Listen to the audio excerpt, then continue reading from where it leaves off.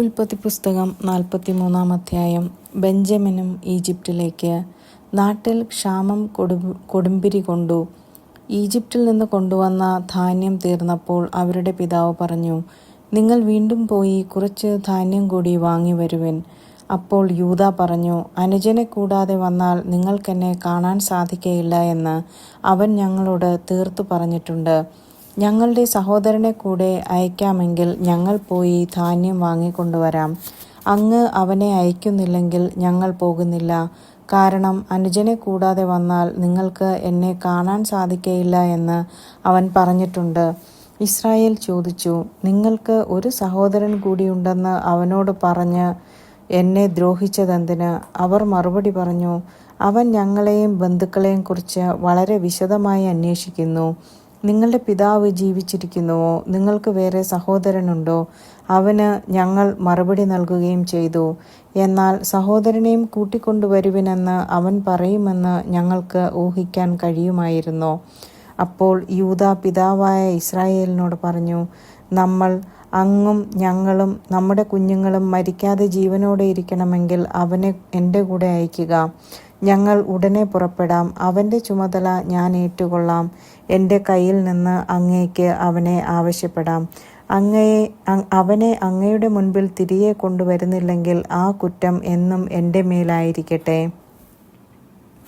നമ്മൾ ഇത്രയും താമസിക്കാതിരുന്നെങ്കിൽ ഇതിനകം 2-ാം പ്രാവശ്യം പോയി തിരിച്ചു വരാമായിരുന്നു. അപ്പോൾ അവരുടെ പിതാവായ ഇസ്രായേൽ പറഞ്ഞു, കൂടിയേ തീരൂ എങ്കിൽ അപ്രകാരം ചെയ്യുക. നാട്ടിലെ വിശിഷ്ടോൽപ്പന്നങ്ങൾ കുറേശ്ശെ എടുത്ത് അവന് സമ്മാനമായി കൊണ്ടുപോവുക. തൈലം, തേൻ, സുഗന്ധദ്രവ്യങ്ങൾ, മീറ, ബോടനണ്ടി, ബദാം പരിപ്പ് എന്നിവയെല്ലാം. പണം ഇരട്ടി എടുത്തുകൊള്ളണം. നിങ്ങളുടെ ചാക്കുകളിൽ വച്ച് തിരിച്ചയച്ച പണവും നിങ്ങൾ കൊണ്ടുപോവുക. അതൊരു നോട്ടപ്പിശകായിരുന്നിരിക്കാം. നിങ്ങളുടെ സഹോദരനെയും കൂട്ടിക്കൊണ്ട് അവൻ്റെ അടുത്തേക്ക് പോയിക്കൊള്ളുക. സർവശക്തനായ ദൈവം അവൻ്റെ മുൻപിൽ നിങ്ങളോട് കാരുണ്യം കാണിക്കട്ടെ. അവൻ നിങ്ങളുടെ സഹോദരനെയും ബെഞ്ചമിനെയും തിരിച്ചയക്കട്ടെ. മക്കൾ എനിക്ക് നഷ്ടപ്പെടണമെന്നാണെങ്കിൽ അങ്ങനെയാവട്ടെ. സമ്മാനവും ഇരട്ടിത്തുകയും എടുത്ത് ബെഞ്ചമിനോടുകൂടി അവർ ഈജിപ്തിലെത്തി ജോസഫിൻ്റെ മുൻപിൽ ഹാജരായി. അവരുടെ കൂടെ ബെഞ്ചമിനെ കണ്ടപ്പോൾ ജോസഫ് വീട്ടുകാര്യസ്ഥനെ വിളിച്ചു പറഞ്ഞു, ഇവരെ വീട്ടിലേക്ക് കൂട്ടിക്കൊണ്ടുപോവുക. ഒരു മൃഗത്തെ കൊന്ന് സദ്യ ഒരുക്കുക. ഇവർ ഇന്നുച്ചയ്ക്ക് എൻ്റെ കൂടെയായിരിക്കും ഭക്ഷണം കഴിക്കുക. ജോസഫ് പറഞ്ഞതുപോലെ അവൻ അവരെ വീട്ടിലേക്ക് കൂട്ടിക്കൊണ്ടുപോയി. വീട്ടിലെത്തിയപ്പോൾ അവർക്ക് പേടിയായി. അവർ പറഞ്ഞു, കഴിഞ്ഞ തവണ ചാക്കിൽ തിരികെ വച്ചിരുന്ന പണം കാരണമാണ് അവൻ നമ്മെ ഇവിടെ കൊണ്ടുവന്നിരിക്കുന്നത്. അവസരമുണ്ടാക്കി നമ്മെ കീഴ്പ്പെടുത്തി അടിമകളാക്കുകയും നമ്മുടെ കഴുതകളെ പിടിച്ചെടുക്കുകയുമാണ് അവൻ്റെ ഉദ്ദേശം. അതുകൊണ്ട് അവർ വീട്ടുവാതിൽക്കൽ വെച്ച് ജോസഫിൻ്റെ കാര്യസ്ഥനെ സമീപിച്ച് സംസാരിച്ചു. അവർ പറഞ്ഞു, യജമാനനെ, മുൻപൊരിക്കൽ ധാന്യം വാങ്ങുന്നതിന് ഞങ്ങൾ ഇവിടെ വന്നിരുന്നു. മടക്കയാത്രയിൽ വഴിയമ്പലത്തിൽ വെച്ച് ചാക്കഴിച്ചപ്പോൾ ഞങ്ങൾ ഓരോരുത്തരും കൊടുത്ത പണം ഞങ്ങളുടെ ചാക്കിൽ തന്നെ ഇരിക്കുന്നു. ഞങ്ങൾ അത് തിരികെ കൊണ്ടുവന്നിട്ടുണ്ട്. ധാന്യം വാങ്ങാൻ ഞങ്ങൾ വേറെ പണവും കൊണ്ടുവന്നിട്ടുണ്ട്. പണം ചാക്കിൽ തിരികെ വച്ചത് ആരെന്ന് ഞങ്ങൾക്കറിഞ്ഞുകൂടാ. അവൻ പറഞ്ഞു, ശാന്തരായിരിക്കുവിൻ, ഭയപ്പെടേണ്ട. നിങ്ങളുടെയും നിങ്ങളുടെ പിതാവിൻ്റെയും ദൈവമാണ് നിങ്ങളുടെ ചാക്കുകൾ നിധി നിക്ഷേപിച്ചത്. നിങ്ങളുടെ പണം ഞാൻ കൈപ്പറ്റിയതാണ്. അവൻ ശിമയോനെ അവരുടെ അടുത്തേക്ക് കൊണ്ടുവന്നു.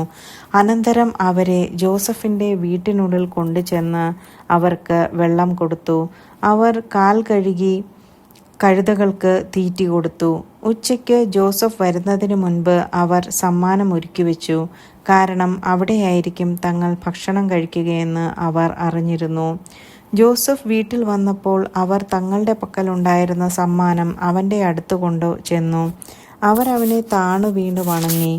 അവൻ അവരോട് കുശലം ചോദിച്ചു, നിങ്ങളുടെ പിതാവിന് സുഖം തന്നെയോ? നിങ്ങൾ പറഞ്ഞ ആ വൃദ്ധൻ ഇപ്പോഴും ജീവിച്ചിരിക്കുന്നോ? അവർ പറഞ്ഞു, അങ്ങയുടെ ദാസനായ ഞങ്ങളുടെ പിതാവിന് സുഖം തന്നെ. അദ്ദേഹം ജീവനോടെ ഇരിക്കുന്നു. അവർ കുനിഞ്ഞ് അവനെ വണങ്ങി. അവൻ തല ഉയർത്തി നോക്കിയപ്പോൾ തൻ്റെ സഹോദരൻ ബെഞ്ചമിനെ കണ്ടു, തൻ്റെ അമ്മയുടെ മകൻ. അവൻ പറഞ്ഞു, ഇവനാണോ നിങ്ങൾ പറഞ്ഞ ഇളയ സഹോദരൻ? മകനെ, ദൈവം നിന്നോട് കരുണ കാണിക്കട്ടെ. തൻ്റെ സഹോദരനെ പ്രതി ഹൃദയം തേങ്ങിയപ്പോൾ ജോസഫ് കരയാൻ ഒരിടം നോക്കി. കിടപ്പറയിൽ പ്രവേശിച്ച് അവൻ കരഞ്ഞു. അവൻ മുഖം കഴുകി പുറത്തു വന്ന് തന്നെ നിയന്ത്രിച്ചുകൊണ്ട് പറഞ്ഞു, ഭക്ഷണം വിളമ്പുക.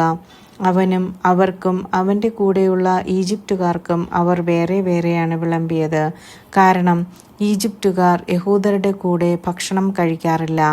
അത് ഈജിപ്തുകാർക്ക് നിഷിദ്ധമായിരുന്നു. മൂത്തവൻ മുതൽ ഇളയവൻ വരെ മൂപ്പനുസരിച്ച് അവർ അവൻ്റെ മുന്നിലിരുന്നു. അവർ അമ്പരന്ന് അന്യോന്യം നോക്കി. ജോസഫ് തൻ്റെ ആഹാരത്തിൽ നിന്ന് ഓരോ പങ്ക് അവർക്ക് കൊടുത്തു. എന്നാൽ ബെഞ്ചമിൻ്റെ പങ്ക് മറ്റുള്ളവരുടേതിൻ്റെ 5 ഇരട്ടിയായിരുന്നു. അവർ കുടിച്ച് അവനോടൊപ്പം ഉല്ലസിച്ചു. ആമേൻ.